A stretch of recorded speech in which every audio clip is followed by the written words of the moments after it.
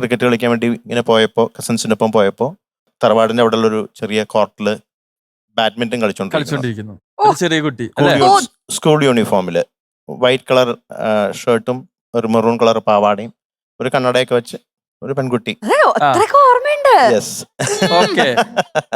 അപ്പോ ബാഡ്മിന്റൺ അല്ല, അങ്ങനെയാണ് ആദ്യമായിട്ട് ഞാൻ ദിവ്യയെ കാണുന്നത്. അപ്പോഴൊന്നും ഞാൻ പ്രേമിച്ചിട്ടില്ല. അത് കൊച്ചല്ലേ, ഞാനും കൊച്ചാണല്ലോ. ഞാനും ഏകദേശം അത്രയും ഒരു 4.5 വയസ്സിന്റെ വ്യത്യാസമുള്ളൂ. അപ്പൊ അന്നിങ്ങനെ ശ്രദ്ധിച്ചു. പിന്നെ കുറച്ച് നാൾ കഴിഞ്ഞ് ഞാൻ ഇങ്ങനെ ഈ ഫീൽഡിലേക്കൊക്കെ വന്നു. ഒരു റിയാലിറ്റി ഷോ ഒരു ചാനലിൽ ചെയ്യുന്നുണ്ടായിരുന്നു. അപ്പോ ആ ചാനലില് പ്രോഗ്രാം കഴിഞ്ഞ് കഴിയുമ്പോഴത്തേക്കും ഒരു കോള് വരും. ശ്രീശാന്താണ് വിളിക്കുന്നത്.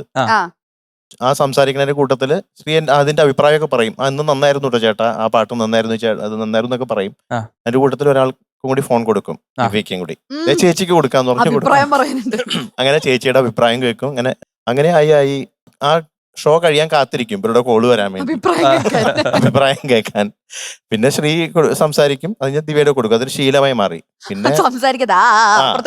പിന്നെ കോള് ലേറ്റ് ആവുമ്പോ ഒരു ആദ്യമായി ഒരു വിഷമായി തുടങ്ങി. പക്ഷെ എന്താ വിളിക്കാത്ത അവരത്ത്, ചിലപ്പോ ആ ദിവസം വിളിച്ചു എന്താ ശ്രീശാന്ത് വിളിക്കാത്ത. അങ്ങനെ സംസാരിച്ച് ആയി അങ്ങനെ ഇങ്ങനെയായി. ചേച്ചി, ഞങ്ങൾ കാണാത്ത വേറെ എന്തൊക്കെ കഴിവുകളുണ്ട് മധുചേട്ടന്? എനിക്ക് പ്രണയം എന്ന് പറഞ്ഞാൽ മധു ബാലകൃഷ്ണനാണ്.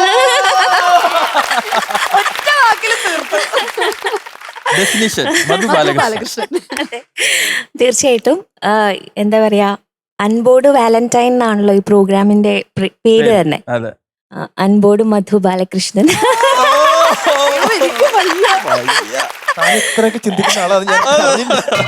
വീട്ടില് പറയാറില്ലേ മധുചേട്ടാ ഇങ്ങനെയൊന്നും? ദിവ്യ, ഞാൻ കുറെയൊക്കെ റിയാലിറ്റിയില് ജീവിക്കുന്ന ആളാണ്. ഇമാജിനറി വേൾഡിലുള്ള ആളാണ്. ദിവ്യ ഭയങ്കരമായിട്ട് റൊമാൻസ്, ഭയങ്കര സങ്കല്പങ്ങളൊക്കെയാണ്. അല്ല, അതിനനുസരിച്ച് കോംപ്ലിമെന്റ് ചെയ്ത് പോകാറുണ്ടോ? പിന്നെ അതുകൊണ്ടാണല്ലോ ഇപ്പൊ അതെ അതെ അതെ. എന്നാ ചേച്ചിയോട് ചോദിക്കട്ടെ, ഏറ്റവും കൂടുതൽ മധുചേട്ടൻ റൊമാൻറ്റിക് ആയിട്ട് ചെയ്തിട്ടുള്ള ഒരു കാര്യം എന്താ? Can be anything, like എന്തെങ്കിലും ഡേറ്റ് ആവാം, അല്ലെങ്കിൽ ഒരു സർപ്രൈസ് ആവാം. സർപ്രൈസസിന്റെ ആളാണ്. എപ്പോഴും എവിടെ പോയാലും എന്തായാലും തിരിച്ചു വരുമ്പോഴും എന്തെങ്കിലുമൊക്കെ സർപ്രൈസസ് തീർച്ചയായിട്ടും ഉണ്ടാവാറുണ്ട്. പിന്നെ എന്തെങ്കിലുമൊക്കെ കുഞ്ഞു പിണക്കങ്ങൾ ഉണ്ടായാൽ പോലും എനിക്ക് വിഷമം വന്ന് മാറിയിരുന്നാലും പുറകെ വന്ന് പാട്ടൊക്കെ പാടി. ഞാൻ തന്നെ ഈ പിണങ്ങി എന്തെങ്കിലും ചെറിയ പിണക്കങ്ങൾ ഉണ്ടാവുമല്ലോ, സ്വാഭാവികമാണല്ലോ.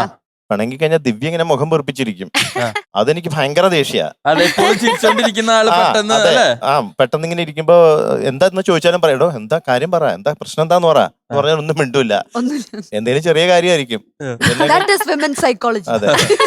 ഇതെല്ലാം കഴിഞ്ഞിട്ട് അവസാനം ഞാൻ ചുഞ്ചുടു എന്നൊക്കെ പറഞ്ഞ് പിന്നെ അവസാനം വിളിച്ച് ഞാൻ തന്നെ വീണ്ടും പാട്ട് ഏത് പാട്ടാണ് നോർമലി പാടി കൊടുക്കാറ്? ചുമ്മാ ചുമ്മാ ചുമ്മാ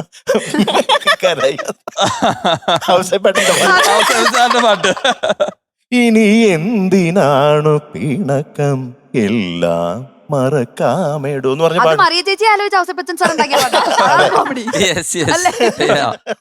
പക്ഷെ ആ പാട്ടുകൊണ്ട് മറ്റൊരു കുടുംബം നിലനിന്നു പോകുന്നു. ഒരുപാട് കുടുംബങ്ങൾ. അല്ല, ഔസേപ്പേട്ടന് അതിലൊരു പങ്കും കൂടി ഉണ്ട്. ഞാനെപ്പോഴും ദിവ്യയെ പ്രേമിക്കുന്ന സമയത്ത് എപ്പോഴും അന്ത്യവയിൽ പൊന്നുതിരും എന്നുള്ള പാട്ട് പാടും. ദിവ്യക്ക് ഭയങ്കര ഇഷ്ടമുള്ള പാട്ടാ. എന്നെ കൊണ്ട് ഇടയ്ക്ക് പാടിപ്പിക്കുമായിരുന്നു. അതെ, ഇപ്പോഴും ഇടയ്ക്ക് പാട്ട് പാടി തരാമെന്ന് ചോദിക്കുമ്പോ ആ പാട്ടാണ് പാടിപ്പിക്കാറ് മിക്കവാറും. ഓക്കെ, എന്നാ നമുക്ക് ഒരു രണ്ടുപേരി പാട്ട്. ചേച്ചിക്ക് ഇഷ്ടമുള്ള ഏതെങ്കിലും 2 വരി പാട്ട്.